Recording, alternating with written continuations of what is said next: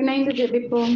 ஆண்டவரே, இயேசுவே, வல்லமை தருபவரே, வரங்களால் நிறைப்பவரே, உம்மை ஆராதனை செய்கின்றேன். என் வாழ்வை கொடைகளாலும் நலன்களாலும் ஆசீர்வாதத்தாலும் நிறைத்து அமைதியிலும் ஆனந்தத்திலும் வாழச் செய்கின்ற என் மீட்பின் பாலகனே, நன்றியோடு உம்மை துதிக்கின்றேன். இவர் தச்சனின் மகனல்லவா? எங்கிருந்து இவருக்கு இந்த ஞானம் வந்தது?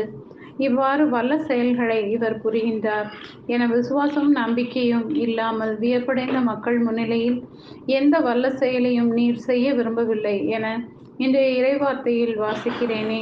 இயேசுவே, என் வாழ்க்கையிலும் நம்பிக்கை இன்மையாலும் உம்முடைய பல ஆசீர்வாதங்களையும் வல்ல செயல்களையும் இழந்து விட்டேனே.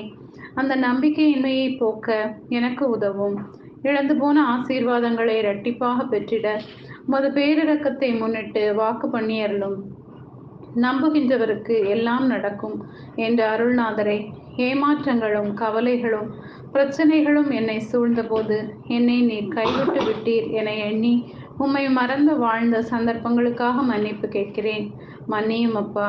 ஆண்டவரே, இயேசுவே, நீ நம்பினால் இறைவனின் மாட்சியை காண்பாய் என்று மகதலா மரியா கூறி நம்பியதை சகோதரனை உயிர்த்தெழச் செய்தவரை இன்று நானும் நம்பிக்கை என்ற உமது அருள் கொடையில் நிலைத்து வாழவும், அதனால் என் வாழ்விலும் உமது வல்லமையான ஆற்றலையும் அளவிட முடியாத அன்பையும் நிறைவாக சுவைக்க வரம் தர வேண்டும் என்று இயேசுவின் நாமத்தில் ஜெபிக்கிறேன்.